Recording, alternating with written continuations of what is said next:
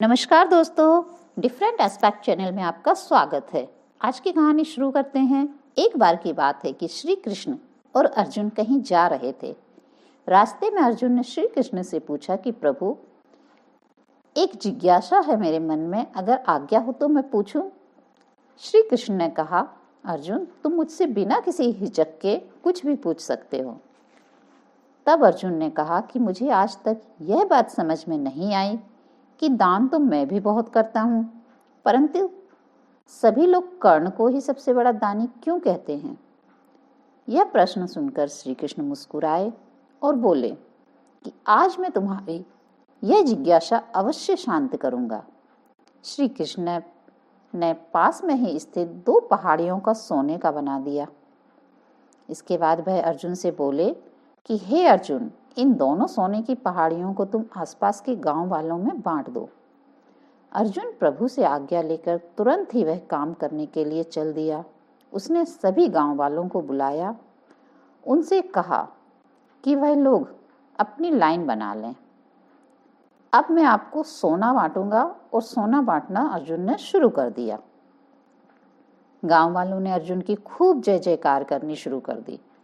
अर्जुन सोना पहाड़ी में से तोड़ते गए और गांव वालों को देते गए।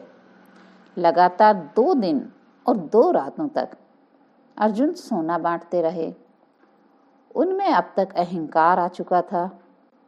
गांव के लोग वापस आकर दोबारा से लाइन में लगने लगे। इतने समय पश्चात अर्जुन काफी थक भी चुके थे। जिन सोने की पहाड़ियों से अर्जुन सोना तोड़ रहे थे, उन दोनों पहाड़ियों के आकार में जरा भी कमी नहीं आ रही थी। उन्होंने श्री कृष्ण जी से कहा कि अब मुझसे यह काम और नहीं हो सकेगा, मुझे थोड़ा विश्राम चाहिए। प्रभु ने कहा कि ठीक है, तुम अब विश्राम करो। और उन्होंने कर्ण को बुला लिया। उन्होंने कर्ण से कहा कि इन दोनों पहाड़ियों का सोना इन गांव वालों में बांट दो। कर्ण तुरंत सोना बांटने चल दिए। उन्होंने गांव वालों को बुलाया और उनसे कहा, यह सोना आप लोगों का है, जिसको जितना सोना चाहिए वह यहाँ से ले जाए। ऐसा कहकर कर्ण वहां से चल दिए। यह देखकर अर्जुन ने कहा कि ऐसा करने का विचार मेरे मन में क्यों नहीं आया? श्री कृष्ण ने अर्जुन को शिक्षाप्रद भाव से जवाब दिया कि तुम्हें सोने से मोह हो गया था।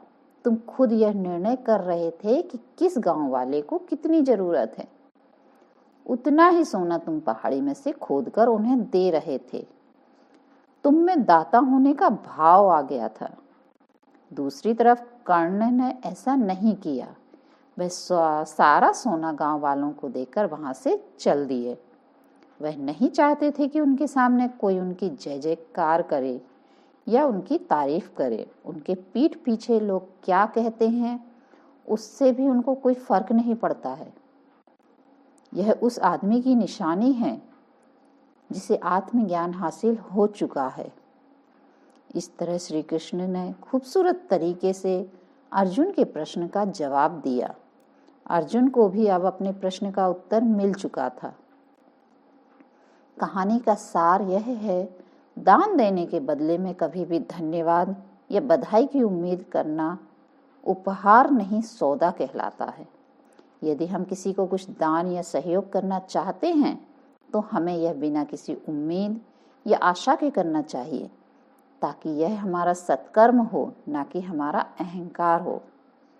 कहानी अच्छी लगी हो तो लाइक कीजिए, शेयर कीजिए और मेरे चैनल को सब्सक्राइब कीजिए। जय हिंद, जय भारत।